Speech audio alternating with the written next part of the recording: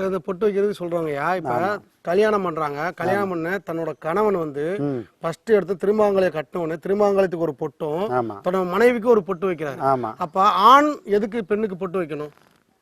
ஆண் தான் சாமி பொண்ணுக்கு பொட்டு வைக்கணும், வேற என்ன? இல்லைங்கய்யா, ஆண் வந்து அந்த இடத்த மறுபடியும் பெண்ணுக்கு சுட்டி தொட்டு காட்டுறாருல. ஆமா, அப்ப இதுக்கும் ஒரு ரகசியம் எது இருக்கா? அதுதான் என்னன்னா, தனக்கு தன்னுல ஒரு பாதி அப்படின்றதுனால தான் அவங்க அணைச்சி வச்சு தான் இது பண்ணுவாங்க. ஏன் நேராக கூட வைக்க மாட்டாங்க.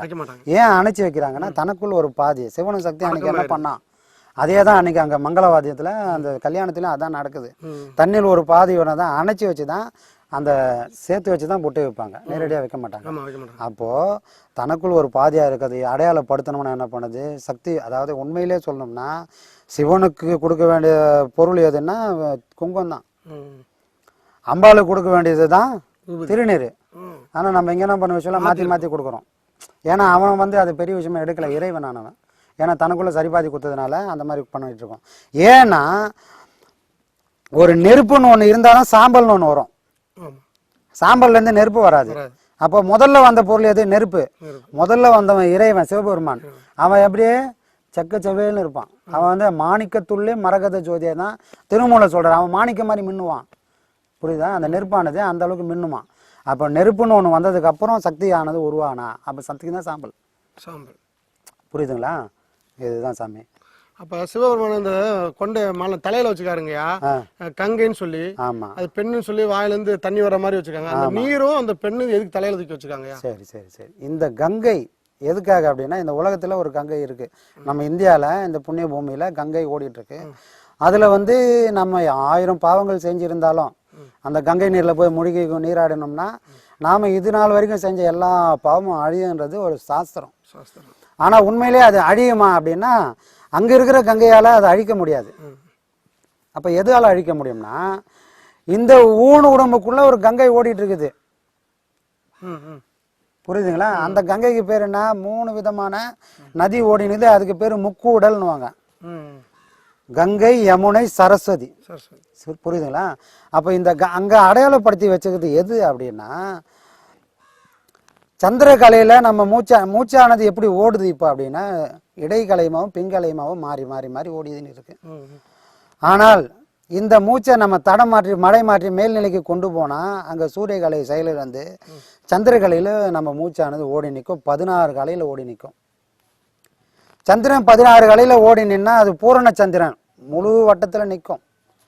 அந்த மாதிரி ஒரு நாள்ல நம்ம அங்க போய் நம்ம மூச்சானது போய் நின்னா அங்க என்ன சுரக்கும்னா அமிர்தமானது சுரக்கும்.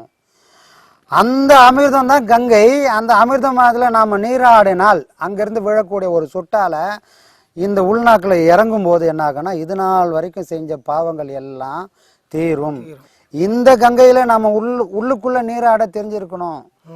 இதைதான் பெரியவங்க செஞ்சாங்க. ஏன்பா நீ ஊரெல்லாம் தீர்த்தெல்லாம் மாறியே, எல்லா தீர்த்தமும் உனக்குள்ளதான்பா இருக்கு, எல்லா புண்ணிய சேலமும் உனக்குள்ளதான் இருக்கு. அப்ப நீ எங்க தீர்த்தம் ஆடணும்னா உனக்குள்ள நீ தீர்த்தம் ஆடு. கங்கை எங்க இருக்குதோ தெரிஞ்சு அங்க போய் நீ நீராடு. அப்ப நீ எதுவா இருக்கிற அப்படின்னா, நீ மூச்சாதான் இருக்கிற. இந்த மூச்சு இல்லைன்னா உனக்கு பேர் பிணம். அப்போ உனக்கு பேர் வச்சு காப்பாத்தின்னு இருக்கிறது இந்த மூச்சு தான். அப்ப அதுதான் நீ. இந்த உடம்பை நீ மறந்து இந்த மூச்சு தான் நீன்றதை உணர்ந்து அந்த மூச்சை கொண்டு போய் மேல்நிலையில நிறுத்தினா கங்கையும் அந்த சந்திரனும் சேர்ந்து, அதனால தான் சிவபெருமானும் மேல வச்சிருப்பாங்க சந்திரன். அப்ப இந்த சந்திரனும் இந்த கங்கையும் ஒன்று சேர்ந்து அங்கே விழும்போது சில்லுன்னு விழும். ஒரு சொட்டு விழுந்தா அது வரைக்கும் சேர்ந்த எல்லா கர்மாவும் தீரும். அதுக்கப்புறம் அவன் அந்த கர்மாலேருந்தே விடுவிச்சிருவாங்க ஞானிகளும். இறைவனும் அந்த பிறவிக்கு கர்மாவே இல்லைன்ற நிலைமைக்கு விடும். அது ஒன்றுத்துக்கு தான் சாமி அதை அழிக்கக்கூடிய சக்தி. அதுதான் அது கங்கை நீர், அதுதான் அது புனித நீர். அது தன்னையும் இருக்கிற பாவத்தையும் அழிச்சிரும், தன்னை நாடி வரவங்களுடைய பாவத்தையும் அழிச்சிரும். அதுக்கு உதாரணமாக தான் மகான்கள் இருக்காங்க. இப்போ ஐயா கூட என்ன சொல்லியிருக்காரு, என்னோட உயிரை எங்கே எடுத்து போய் எங்கே நிறுத்தினா அது என்ன ஆகும்னு எனக்கு தெரிஞ்சு அதை நிற்க வைக்கக்கூடிய எனக்கு அந்த விஷயம் எனக்கு தெரியும். அப்படி நான் நிற்க வச்சதுக்கப்புறம் அங்கே வரக்கூடிய எல்லாருக்கும் அவங்க கேட்டது கேட்காது அவங்க நினைச்சது எல்லாமே நடக்கும். அந்த சக்தி என்னோட சமாதிக்கு தானாகவே வரும்னு சொன்னதுக்கு காரணம் என்னன்னா, அவர் இதெல்லாம் அனுபவிச்சதுனால தான்.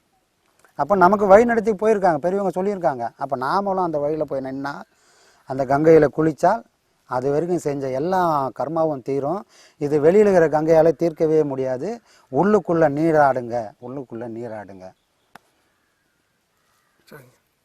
ரொம்ப நல்ல ஆத்மா. இப்போ நிறைய பேருங்க படுத்த படுக்கையும் சரி, ஏதாவது ஒரு காலகட்டத்தில் மரணம் பக்கத்தில் நெருங்கும் போது அவங்க பேசாமல் இருந்தவங்களும் சரி, வாய் பேசாமல் இருந்தாலும் எவ்வளோ சூழ்நிலையில் இருந்தாலும் சரி, ஆனால் அந்த சாவு நெருங்கும் போது திடீர்னு பேச ஆரம்பிச்சிடுறாங்க.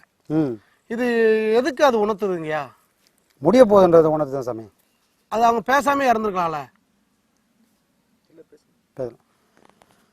அதாவது என்னன்னா அந்த மாதிரி டைம்ல நமக்கு என்ன ஆகும்னா கடைசியாக அணைகிற விளக்கு பிரகாசமாக எரியுன்ற மாதிரி அப்படியே நல்லா தெளிவாயிடுவாங்க. அப்பா நல்லா தெளிவாயிட்டாங்க, நமக்கு ஒரு சந்தோஷப்படுத்திட்டு டக்குன்னு முடிச்சிடுவாங்க கதையை.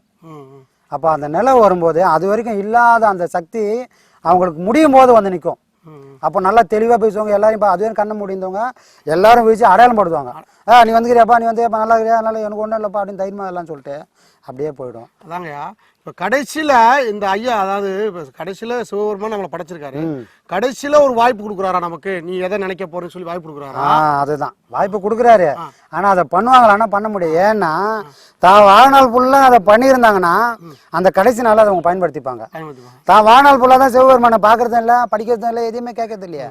அப்போ அந்த நேரத்துலேயும் அந்த யோசனையே வராது. சரிங்களா? இப்போ எவ்வளோ பேருக்கு அடிப்பட்டவனே முருகான்னு சொல்கிறாங்க, அடிப்பட்டவனே சிவபெருமானே சிவா சிவா சிவா அப்படின்னு யார் கட்டுறாங்க?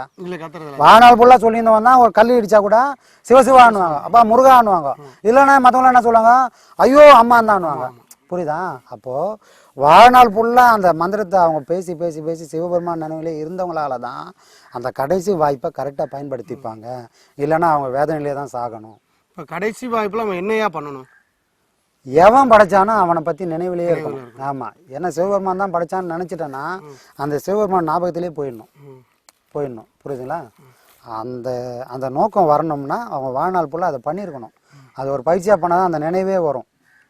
இல்லைன்னா தன்னோட மரணத்துக்கு நியாயத்தை தேடின்னு உட்காந்துப்பாங்க. புரியுதா? இப்போ நியாயம் பார்த்தது ஈஸி. ஒரு கொலைகாரன் கூட ஏன் கொண்டான்னு கேட்டால் அவன் நியாயப்படுத்துவான். ஏன் நான் அவன் சும்மா இல்லைங்க, அவன் அப்படி பண்ணான் அதனால தான் நான் குத்தினான்ற மாதிரி தான் கடைசி காலகட்டத்தில் கூட அதே நியாயப்படுத்துவான். ஏன்னா அவனுக்கு அவன் செஞ்ச நல்லது தான் தெரியுமே தவிர அவன் செஞ்ச கெட்டது எதுவுமே தெரியாது. ஆனால் எல்லாத்தையும் இறைவன் ஒருத்தன் பார்த்துனுக்கிறான்றதே அவனுக்கு தெரியல. அதனால வந்த கோளாறு தான் சொன்னதெல்லாம். இப்போ இது என்ன ஆயிடுச்சுன்னா, இப்போ இப்போ இறந்தவங்களாம் இந்த நெருப்புலாம் வச்சு காலையில் சுடுகாடு கொண்டு போயிறாங்கய்யா. ஆமாம், சுடுகாடு கொண்டு போயிட்டு இந்த கொல்லி குடம்னு ஒன்று உடைக்கிறாங்க. இந்த கொல்லி குடத்துக்கு என்ன அர்த்தம், பொருள் இருக்காயா? சரி சரி சரி. இந்த கொல்லி குடம் அது என்னன்னா 3 ஓட்டை போடுவாங்க. ஆமாம், 3 ஓட்டை. 3 ஓட்டை ஏன் அப்படின்னா 3 ஓட்டை போட்டு லாஸ்ட் டம்முன்னு உடைச்சிடுறாங்க. ஆமாம், இது எங்கே நடத்துவாங்கன்னா சுடுகாட்டில் தான் இதை பண்ணுவாங்க. சுடுகாட்டில் எடுத்து போய் கடைசி எரிக்கிறதுக்கு முன்னாடி அந்த வம்சத்தில் இருக்கிற அவங்க தலைமுறை அந்த பிள்ளையோ யாரோ ஒருத்தர் வந்து அந்த கொல்லி குடத்தை வச்சு 3 ஓட்டை போட்டு சுற்றி வந்து உடைப்பாங்க. இது எதுக்காக அப்படின்னா அந்த பானையை மாதிரி தான் அந்த உடம்பு. இந்த உடம்பும் அதுவும் வேற வேற இல்லை. சரிங்களா?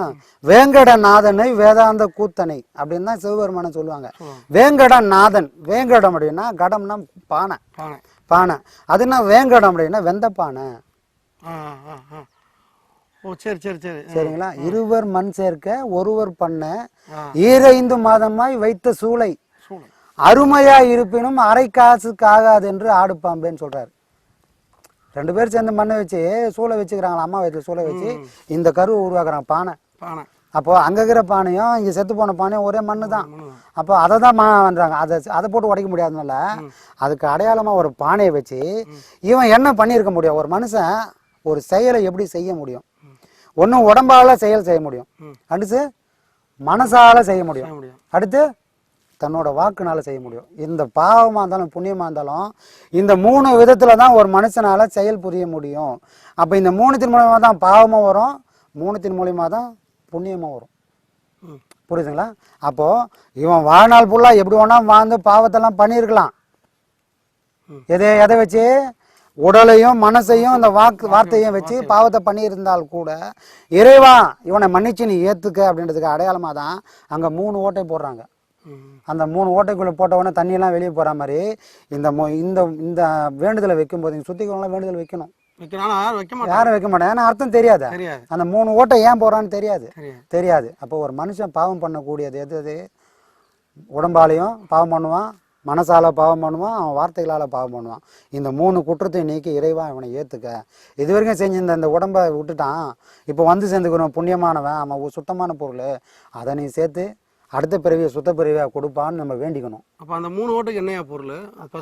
அதுதான் சாமி, உடலாலையும் மனசாலையும் வாக்காலையும் பாவம் செஞ்சுட்டான். அந்த 3 பொருளால் செஞ்சதுனால 3 ஓட்டை போடுறான். சரிங்களா? வேற எதுலையும் செய்ய முடியாது. புண்ணியமோ பாவமோ இந்த 3 பொருளை வச்சு தான் செய்ய முடியும். அப்போ அந்த 3 பொருளுக்கு அடையாளமாக தான் 3 ஓட்டையை போடுறாங்க. அப்போ இதை பார்த்துட்டு நாம் என்ன பண்ணணும்? எதுக்காக அதை பண்ணணும்னா, வாழக்கூடியவன் இதெல்லாம் புரிஞ்சுக்கணும். இந்த 3 பொருளை வச்சு நாம பாவத்தை பண்ணாமல் இருந்தால் நமக்கு ஒரு நிலை வராது. இந்த மாதிரி ஊருக்கு வெளியே பானை உடைக்கிற நிலைமை வராது, ஊருக்குள்ளேயே கோயில் கட்டுற நிலைமை நமக்கு வரும். அதை சீர்படுத்திக்கணும் அப்படின்றதுக்காக ஊருக்காக தான் அதெல்லாம் பண்ணுறாங்க. செத்தவனுக்காக பண்ணா என்ன பண்ணலன்னா என்ன? எவ்வளோ அனாதை பண்ணும் போது பானையை உடைக்கிறாங்க, ஒன்றும் கிடையாது, பிரயோஜனம் கிடையாது. அப்போது வாழ்ந்துட்டு இருக்கிறவங்க ஒரு மனுஷனுக்காகத்தான் இந்த சாங்கியங்களெல்லாம் பண்ணி நம்ம காட்டுறாங்க. இவன் போயிட்டான், நீங்களாவது உசாராக இருந்துங்கப்பான்னு பெரியவங்க நமக்கு செஞ்சு காட்டுறாங்க. ஆனால் போகக்கூடிய நாம் என்ன பண்ணுறோம்? அவன் வாயில் பாலை ஊற்றிட்டு நாம் வந்துடுறோம். அப்போ நம்ம வாயில் நாளைக்கு பாலை ஊற்றுவாங்க. இந்த தவறுகள் பண்ணக்கூடாது.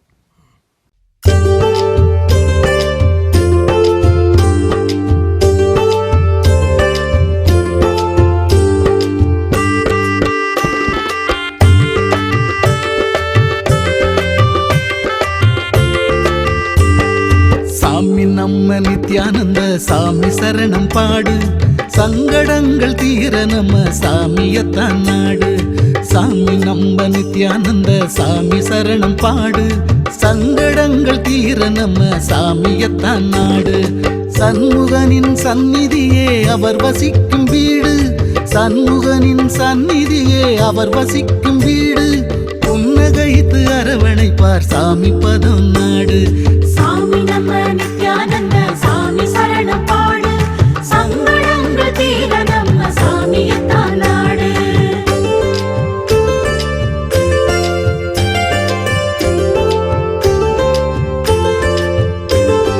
புனித ஸ்தலம் 1000 பூமியிலே உண்டு, போலி வாக்க வந்து விட்டா எல்லா பலனும் உண்டு. புனித ஸ்தலம் 1000 பூமியிலே உண்டு, போலி வாக்க வந்து விட்டா எல்லா பலனும் உண்டு.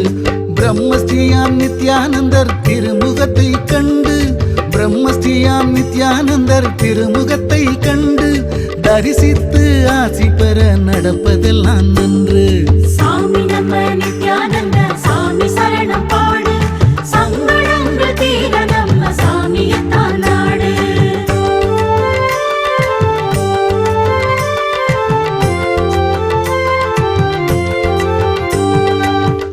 வாக்கும் சித்தரையே போற்றி பாடு நீயும், பொல்லாத எண்ணம் எல்லாம் பொசுங்கித்தானே மாயும். போலி வாக்கும் சித்தரையே போற்றி பாடு நீயும், பொல்லாத எண்ணம் எல்லாம் பொசுங்கித்தானே மாயும்.